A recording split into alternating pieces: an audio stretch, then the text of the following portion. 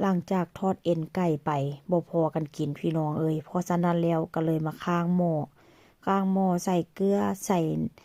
ส่น้ำมันแล้วก็เอาเส้นสปาเกตตี้ลงไปมื้อนี้ก็จิมาเฮ็ดสปาเกตตี้คาโบนาร่าใส่เนื้อไก่งวงใส่เห็ดแล้วก็จิใส่ผักชีหรือว่าหอมปอมพี่น้องมื้อนี้ก็จิเฮ็ดออกแบบว่าสไตล์แบบลาวๆแล้วก็ครึ่งลาวครึ่งสเปนว่าเส้นซะพี่น้องเฮ็ดแบบว่าออกสีสันคล้ายๆบ้านเฮาแดเพราะว่าเพิ่มหอมปอมหรือว่าผักชีลงไปว่าเส้นซะหลังจากค่อยต้มเส้นสปาเกตตี้ปลาไว้ค่อยก็จะมาหั่นเห็ดนี่ค่อยก็บ่ได้หั่นเอาเด้อพี่น้องค่อยก็จะใช้กรรไกรตัดเอาหรือว่ามีตัดเป็นหยังค่อยใช้มีตัดเพราะว่าซื้อมาแล้วมันค่อนข้างจะคมว่าเส้นซะเนาะค่อยก็เลยแบบว่าเอามีดตัดมาตัดเอามันจะค่อยง่ายมันจะค่อยสะดวกมันจึงแบบว่าบ่ได้ล้างเคียงว่าเส้นซะมื้อนี้เห็ดก็ค่อนข้างจะแก่หน่อยนึงเด้ซื้อมามื้อนี้ก็ได้เนาะ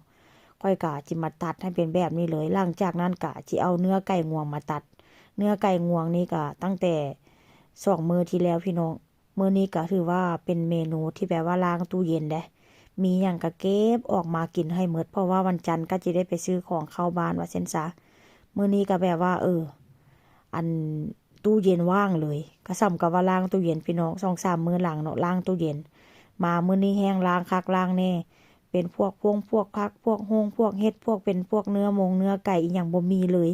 แต่ว่ากะอยู่ตู้แช่แข็งก็ยังมีอยู่ค่อยกะจะได้ไปเอาแบบว่าเอาอยู่ตู้แช่แข็งมาเนาะเพื่อว่าจะไว้กินมื้ออื่นว่าเช่นซะหลังจากหั่นเนื้อไก่งวงแล้วกะจิมาหั่นกระเทียมนี่มักหั่นแบบนี้ได้มักหั่นแบบว่านเวลาเราหั่นแล้วมันเป็นแบบว่าเนื้อบ่งามหั่นน่ะพี่น้องเป็นเนื้อแบบหยาบๆหน่อยนึงว่าเช่นซะเนาะแต่ว่ามักเพราะว่าหยังเวลาเอาไปไปผัดหั่นน่ะมันค่อนข้างจะหอมแล้วก็ได้แบบว่ารสชาติแบบจังใดเนาะแบบคือกินอยู่แบบบ้านนอกกินลูกทุ่งหั่นน่ะพี่น้องค่อยเราเป็นคนสไตล์แบบนี้ได้มักกินแบบธรรมชาติ